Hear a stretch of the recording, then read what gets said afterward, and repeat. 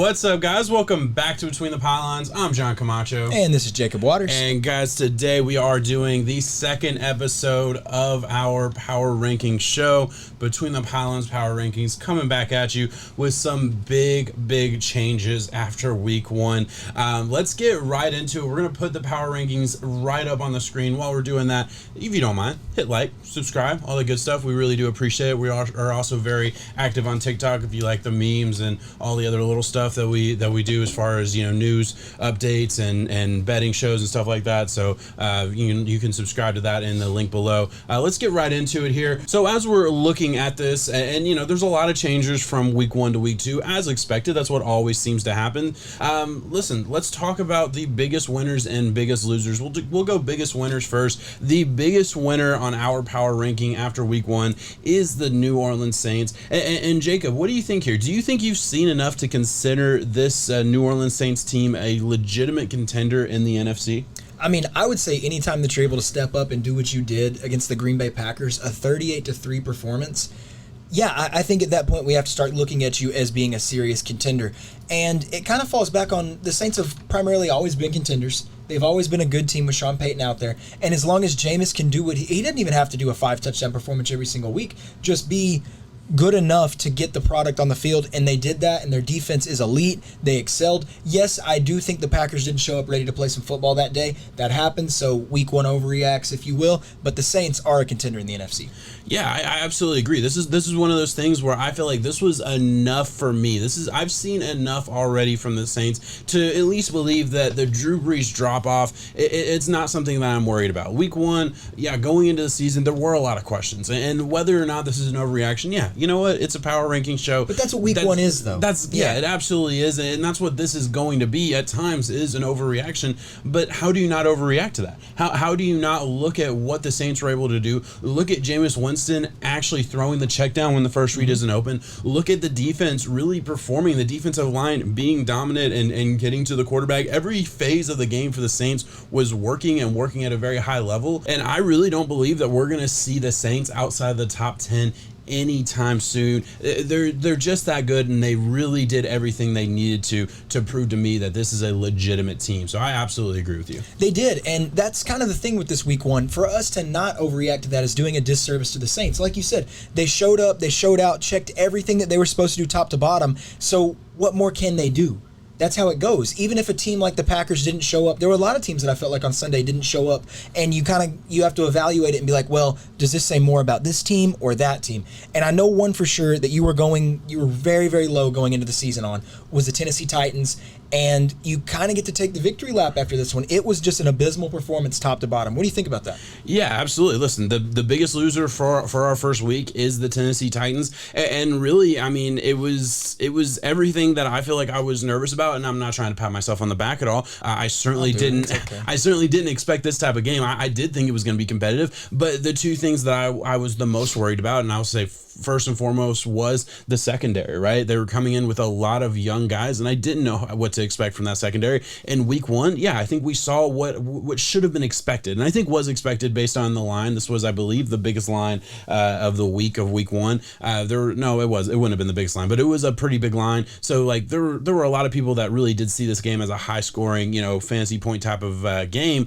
And then on the other side of it, yeah, I certainly saw the Titans offensive line as an issue. Now, Taylor Lewan, I mean, he got bitch slapped in this game. He got absolutely whooped by Chandler Jones, who recorded 5 sacks. And we'll talk about the Cardinals at some point today, if not on this show, on our podcast. Go check that out as well. But yeah, I looked at the Titans offensive line as an issue at right tackle, and they seemed like they were getting older across the board. Didn't expect it to be this much of a drop off, but it does make sense. And really, the other part that I was disappointed with, and something that I certainly didn't predict or have an issue with going into the season, I didn't love the play calling. I didn't. I think you look at this game, it was bland. It was not only bland, and I will absolutely agree, it was bland, and it was same old Titans, but they were doing the same thing, play action, long developing routes down the field. So you have A.J. Brown 15 yards down the field, you have Julio Jones 20 yards down the field, with, that needs to develop. That puts Tannehill in the pocket longer. That gives Chandler Jones that extra half a second,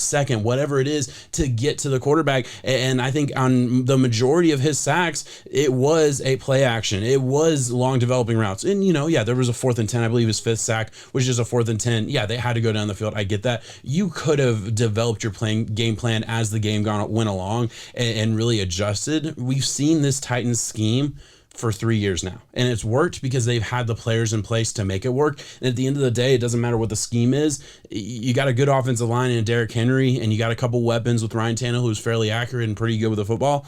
It's going to be dangerous on offense. But that offensive line goes bad. The run game isn't working. The passing game is taken care of if you have a defense that can handle a couple legit receivers, which they absolutely have. It gets scary in a minute, especially when on the other side of the ball, you're not able to play that complementary football with a defense that is giving up so many points because their secondary is just that bad, and there's really no other way to say it. I know I went long there, but yeah, there's a lot that I had an issue with, and maybe it's confirmation bias. Maybe I am overreacting a lot, and like we said, that's probably the theme of this show altogether. But yeah, I'm nervous. I certainly am. So I'm going to bounce off it just for a little bit, and then I will give some Titans fans some hope, because this is coming a week after I said that I do think the Titans are legitimate Super Bowl contenders, and that they still can right this ship. I know that they can. I know what they're capable of.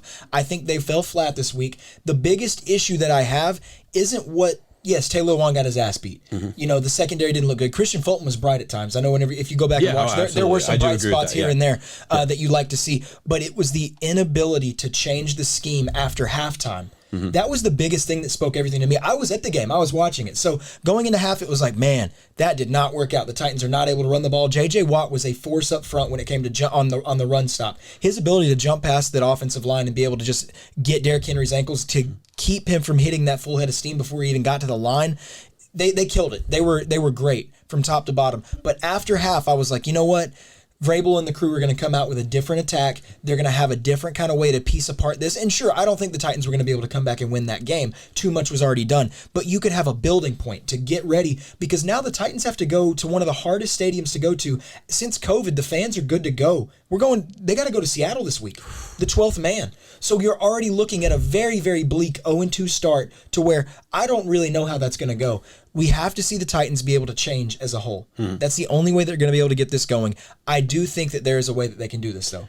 Yeah, and to just hit that point, because I know I was very negative, and I do apologize to Titans fans out there. I will say, hey, they're in a good spot. They should probably still win this division, right? Yes. I mean, the Colts, Texans are the winners of it. Absolutely. Right the Texans are not going to stay at number one in that division. I have a hard time believing that. Texans and Jaguars are at the bottom of the NFL right now. So you have a couple, I don't want to say easy games in the NFL, but yeah, okay, we'll say that. And then the Colts are really your only other competitor in this division, realistically, or certainly what we thought coming into the season. The Colts are 0-1 too. So yes, a loss, unfortunate loss, but you lost to an NFC team, which doesn't hurt as bad in the rankings. If it was an AFC team or a division team, it could hurt you a lot more. They're about to play another NFC team. And they're playing another NFC team. So yes, it could start 0-2. It could be bad, but absolutely plenty of room for this offensive line to improve. We know what Taylor Lewan can be. Taylor Lewan is not going to be giving up multiple sacks per game for the rest of the year. I would be shocked if that's how this season goes. So there's certainly a lot to believe in, and you're right. Listen, I guess you saying that, I absolutely agree with everything you said, and I am nervous still for the Titans, but I do agree with you. Let's move focuses a little bit. All right, let's talk about some of the bigger surprises of Week 1. There always is one. Every year we always talk about how weird Week 1 is, and this year is no different. I don't believe. What were some of the biggest surprises for Week 1? We each have an answer. I'm going to let you go first here. With your biggest surprise from Week 1. Biggest surprise, and we kind of already hinted at it with one of our biggest winners, and you got to talk about the other side of it. It would be the Green Bay Packers losing 38-3 like they did, and it was just the fashion. It was, you have Matt LaFleur, offensive genius. You have Aaron Rodgers, Devontae Adams. You have a very good attack, Aaron Jones, and it just felt like none of them showed up today or on Sunday to play. Aaron Rodgers, the receivers couldn't get separation. And I'm talking about the unanimous top 3 wide receiver in Devontae Adams. He was struggling to get separation. There were times where Aaron Rodgers was forced to make plays that he never had to last year. That's how he was able to be so efficient. So that's why, listen, one of the stats that PFF put out was that his QBR was lower than if somebody were to take the field at quarterback and throw every pass in the dirt. Wow. That's bad. That speaks volumes for a guy who was coming off of his best season, MVP. In my head, before that game, the script that I thought it was going to be was this is Aaron Rodgers with a big old FU belt on, going out there and showing the Packers, hey, this is why I'm here. This is why I should have the power to make these moves in this front office. And this is overall why I'm just the guy. It's the last dance kind of thing going on. And man, they got off to a really, really bad start. I will say this, fun fact, the last team to lose 38-3 week 1 to the Saints was the Buccaneers last year, and they went on to win the Super Bowl. Wow. Listen, I absolutely agree. The shocker of the weekend was this Packers team. And while there's certainly going to be some concern up in Green Bay and for Packers fans across the nation, this is one of those teams I'm not worrying about as much. You got to think, they didn't play a lot of their starters in preseason, came out flat for sure. And as you mentioned, hey, this happened to the Bucs last year, and it worked out pretty well. And the other part of it is, yeah, Aaron Rodgers played really bad, but Aaron Rodgers was, considering not playing football this offseason. So it's understandable that maybe there would be some rough start. I saw the conspiracy theory that he's, tanking. I hate that. Like, obviously, I don't think that's a realistic thing. But at the end of the day, I look at this Packers team as a team that, they're still really good on paper.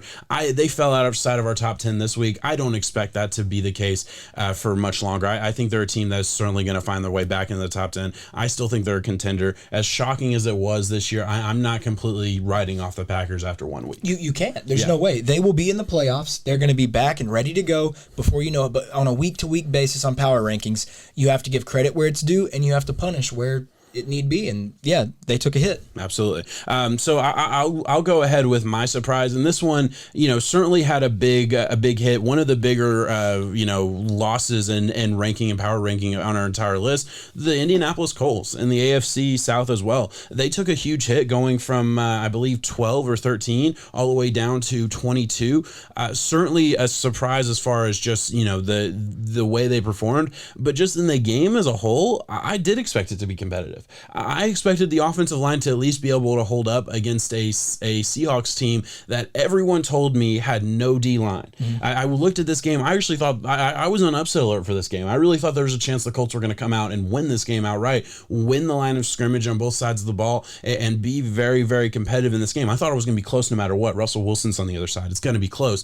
But I was certainly surprised for it to be, kind of a blowout, very one-sided affair, and the Colts came out flat as well. Carson Wentz, listen, again, he's again behind an offensive line that is not completely intact, just like he was last year with the Eagles. But at the end of the day, holding on to the ball a little bit too long, not getting off his read fast enough, and this is just from TV watching, so maybe I could do a little bit more in-depth analysis there. But at the end of the day, surprised to not see a little bit of a jump up in play from a guy that I know has the ability to be a star in this league. I've seen it. It's just we're getting to the point where it's been so many years since that's happened, it might just not be there anymore, and I'm certainly worried about that. And I was surprised. I expected the Colts to be a really good team this year. So I would say the good news for the Colts, though, is that, like we said, the Houston Texans are atop of this division right now at 1-0, and both of us, a lot of people out there with the Texans coming in at 29th on our power rankings, feel that that's not going to be something that's set in stone for a while.